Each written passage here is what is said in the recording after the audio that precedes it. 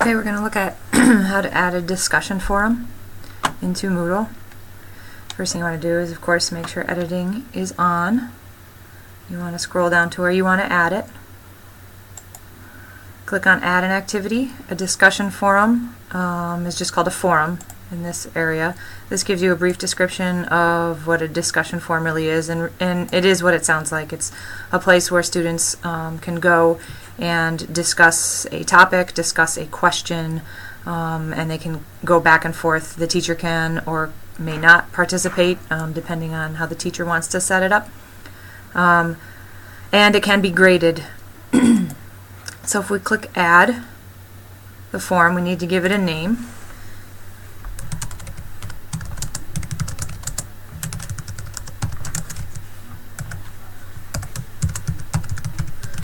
So in this case, animal use and medical research. Give it a description, and it's in the description area that you're going to give the question or the topic that they need to discuss, and then any further instruction that they need to know. So in this case, it might look something like this.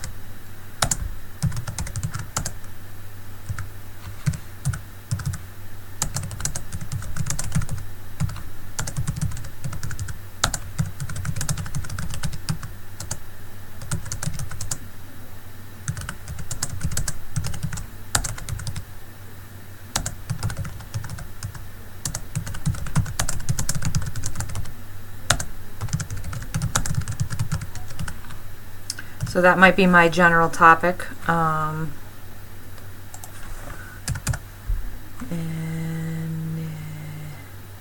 aminals, that was nice. Animals. And then I might want to include further direction. So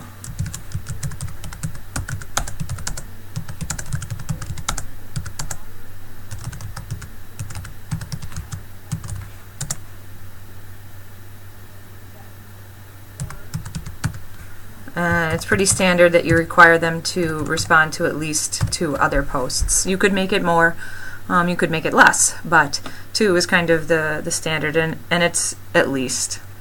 So they need to do both of those criteria before they've fulfilled this assignment.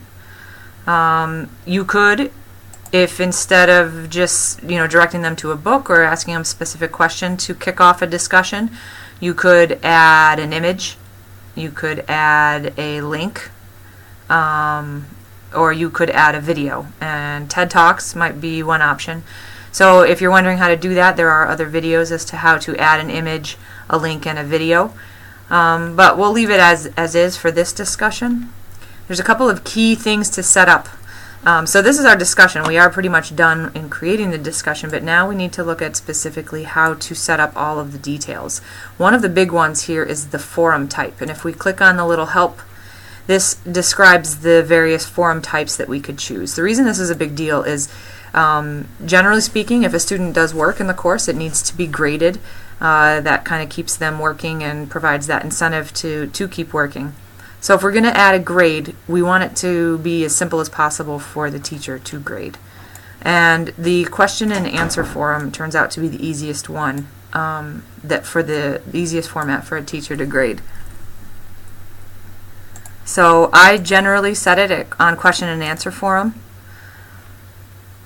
You could play around with some of the other ones. The standard is also another option, but it just kind of makes it a lot harder. The teacher has to go in and read each one individually, each line individually, and kind of assign points. You could limit the number of words or the size if you're allowing attachments, and perhaps students would add a video of their own or an outside source that maybe they would attach. You could display the word count. So there's a lot of options in here. Optional subscription means that the student can opt in or out. I generally just leave that. Most students are going to opt in since they're being graded on it. You could do a forced subscription. Again, if you want to know more about these options, just click on the little question mark. But we'll leave it as optional. RSS I generally leave as is. Again, you can look into those details. What gets really important is down here in the grade and the ratings. So we do want it to be graded. At this point, we need to, if you want it to be graded, you need to link it to your grade book. So it might be marking period 1 assignment, but it is still at this point not going to have a grade appear, even though it's linked to the grade book. You need to go into ratings, and you need to decide how you want it to be graded. And again, you can click on the question mark for help, but in this case I might do, it's usually either average, sum, or the maximum of ratings, however you want to do it. And then you need to give it a scale. If you leave it as is, you don't have a point value attached to the grade. So you could, if you want to do it out of 100 points, out of 10 points, whatever you want to do.